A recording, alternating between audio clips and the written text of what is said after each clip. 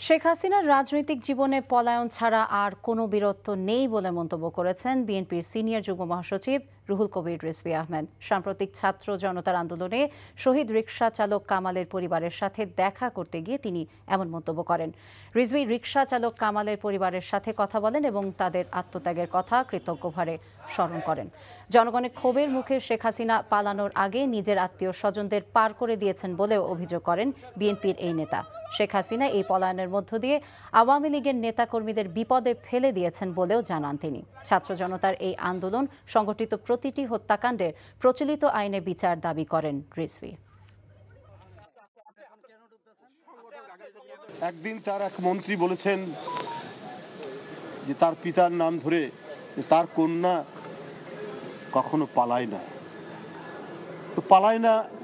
তো আমরা তো তার রাজনৈতিক জীবন, শেখ হাসিনার রাজনৈতিক জীবনে পালানো ছাড়া আমরা বীরত্বের কিছু দেখিনি।